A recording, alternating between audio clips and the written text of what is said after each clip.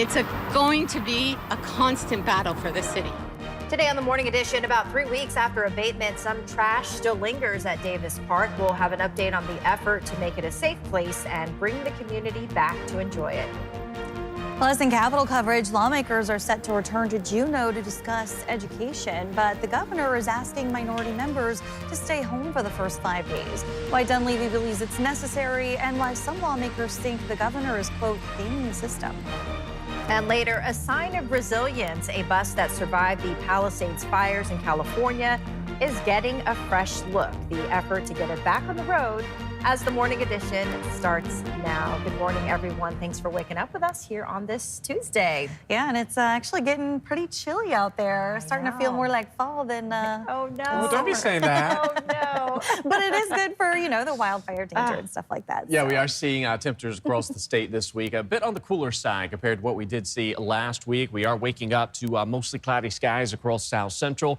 We have seen some showers pushing through the region. Those will remain with us through the day, but only about a chance for some isolated to scattered activity to be expected for your Tuesday. 53 is where we're currently sitting at with winds remaining on the calm side. We could expect to see some late day sunshine across parts of South Central, but of course really favoring a good portion of this week to hold on to some cloud coverage. We do have some sunshine breaks out towards the Kenai here in Anchorage and then through parts of Prince William Sound. You can see the best chance for rain drifting just south of Whittier this morning, while the rest of South Central you may be caught up under a quick splash and dash shower. You can see some of this pockets of some very quick moving showers that are drifting south out of the Matsu Valley this morning.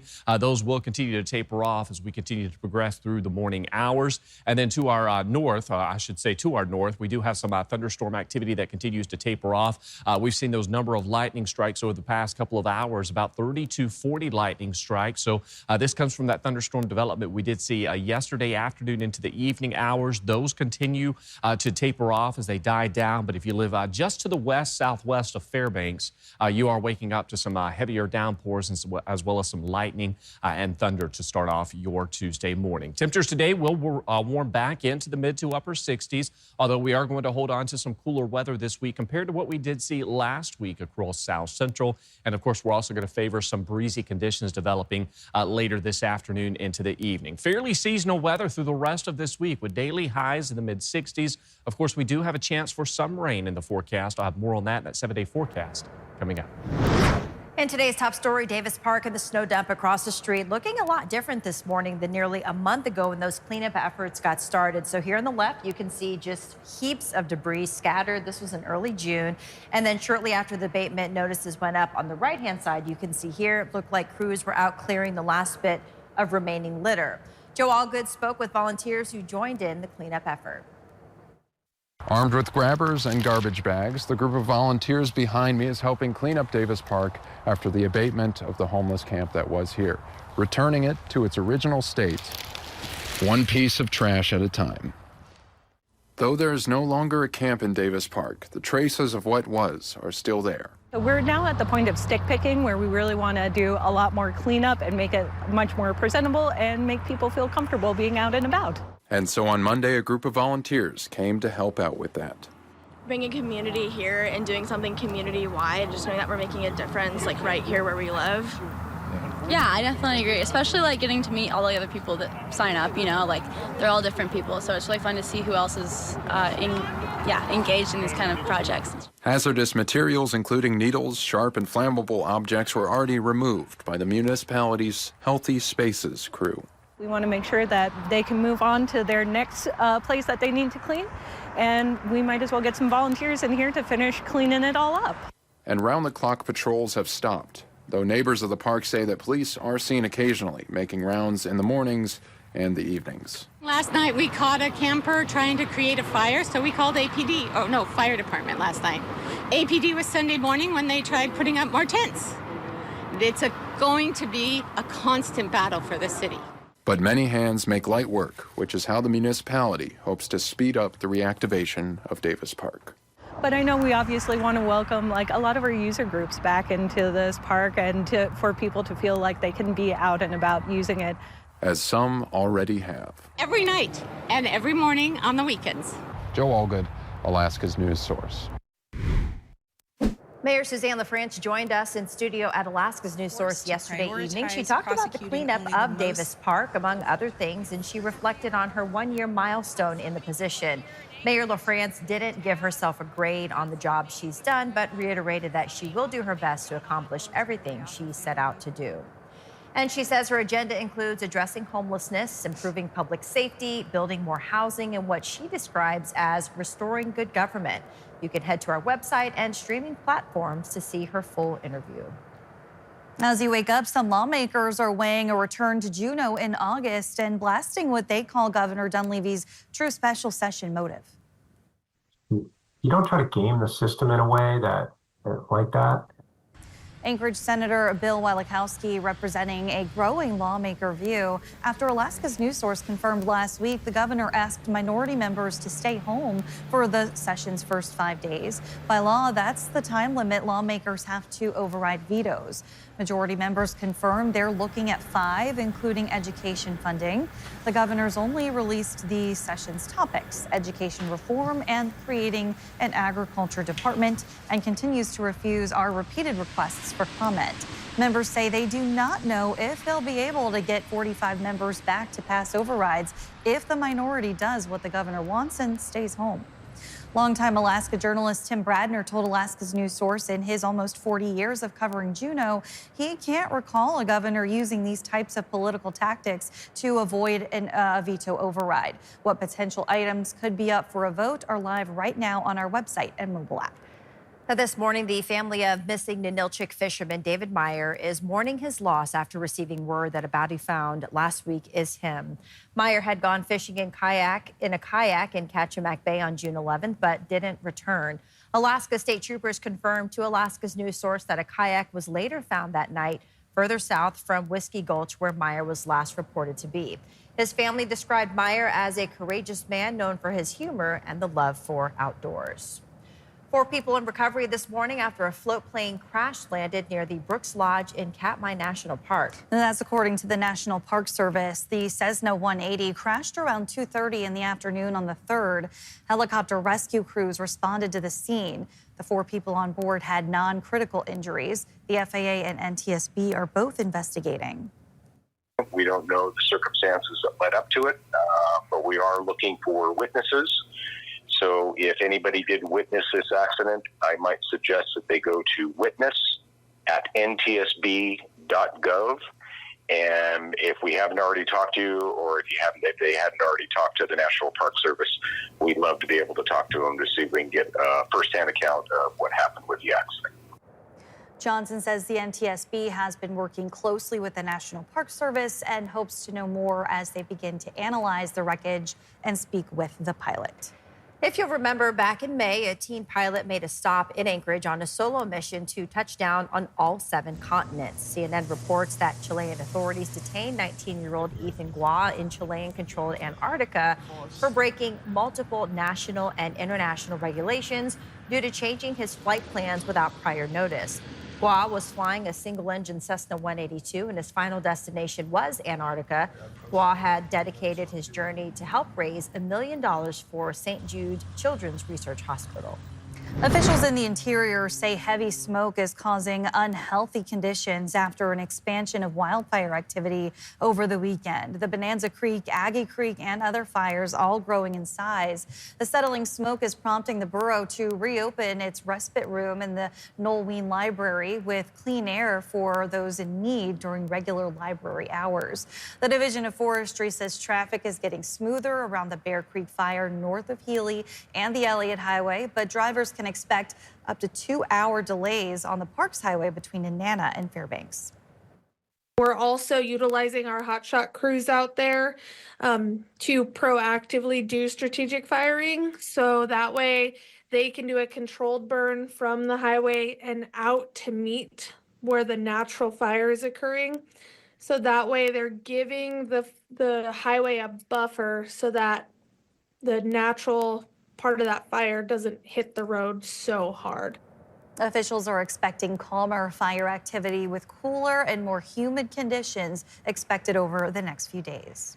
Coming up, a new study suggests medications to reduce cholesterol in at-risk patients are being severely underutilized. We'll hear from the lead author about the research and the reasons some patients may not be receiving this treatment.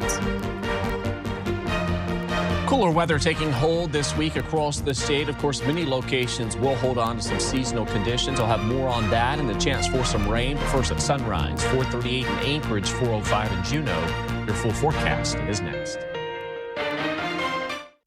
We're back, everyone, on your Tuesday. Wow, the fish are jumping, and we can confirm our director, he's been kind of watching this for us in the commercial break. A bear was eating a fish, but it must have moved off the camera. Yeah, we just Look missed at it. Hopefully it'll come back. Maybe it'll come back later when we check back in. They are going. The fish are like, now's the time. The bears are gone. Let's enjoy a little free time All the flying bears here. are gone. The fish will play. Oh, man. Well, waking up this morning, we are seeing some cooler conditions spreading across South Central. Last week, we did see 2 consecutive days where those temperatures warmed into the 70s. And since then, we've kind of been on a cooling trend. Yesterday, we struggled to break into the 60s as we officially hit 59 degrees. Now, today, we should have no trouble warming into the 60s across South Central. But notice the 70-degree readings. Typically, in a typical year, we see about 15 days in a year where we see those temperatures warm into the 70s. So far this year, 4 days. Last year, we saw 5, and in 2023, we saw 1 day. Now, this is through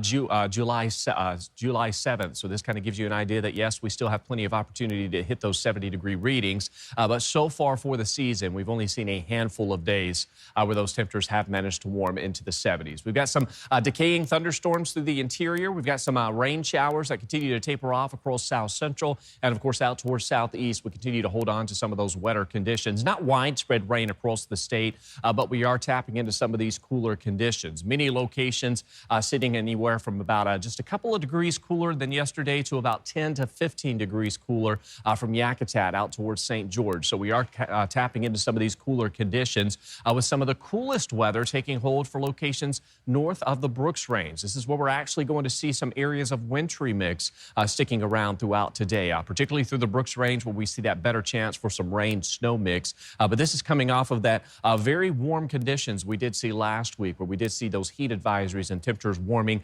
into the 80s to near 90 degrees out towards parts of the northwest Arctic borough. That's not going to be the case this week as we are tapping into significantly cooler conditions. Even into the interior, we'll see those highs about 20 to 25 degrees cooler than that warmth we did see last week. So fairly seasonal weather taking hold for a good portion of this week. With that being said, we're still holding on to a chance for some rain showers. We'll be watching for some thunderstorm activity to fire out towards the foothills of the Talkeetna Mountains today as well as into tomorrow. And then, of course, we're watching an area of low pressure that's going to be building out of the North Pacific. That's going to keep some heavier rain in the forecast by week's end. Of course, the better chance for that rain will be coastal regions of both South Central as well as Southeast. Rain is expected to impact the Panhandle today with up to an inch of accumulation looking possible in some of those harder hit areas, 50s and 60s for today. Meanwhile, across South Central, we'll see those temperatures low to mid 60s. Winds will begin to increase later this afternoon into the evening hours, carrying us into our Wednesday. So be prepared for windy conditions for your Wednesday. Those winds, though, today will become breezy later this afternoon into the evening. Low to mid 60s through the valley. Here in Anchorage, we'll see those temperatures topping out at about 67 degrees. And you can see those winds. By the time the dinner time arrives, those winds could be gusting up to about 30 to 35 miles per hour here in Anchorage. That 7-day forecast, you can see fairly seasonal conditions as we stay in the mid-60s. There's that windy weather by Wednesday. You can see some breaks, some peaks of some sunshine carrying us through the week. Watching the possibility that we could see a chance for some showers this weekend with a high of 66. It's the leading cause of death in the U.S. One person dies of cardiovascular disease every 33 seconds, according to the CDC. But a new study suggests that many who are eligible for medication to lower cholesterol aren't actually taking it. Mandy Gaither reports. Every year in the U.S., about 805,000 people have a heart attack, and more than 795,000 men and women have a stroke. But there are medications to reduce the risk of both. Despite the benefits of these treatments for high cholesterol, they're underutilized. Dr. Caleb Alexander with Johns Hopkins Bloomberg School of Public Health is lead author of a study that analyzed 5,000 U.S. adults. About half of those studied were eligible to take medication to lower cholesterol, but only about 23% of the patients who had never had a major cardiovascular event were taking the medicine to reduce risk of one. And of those who have had a major event, only about 68% were taking the medication. These treatments include statins, which many people may be familiar with. These drugs are safe and effective and have been on the market for many, many years.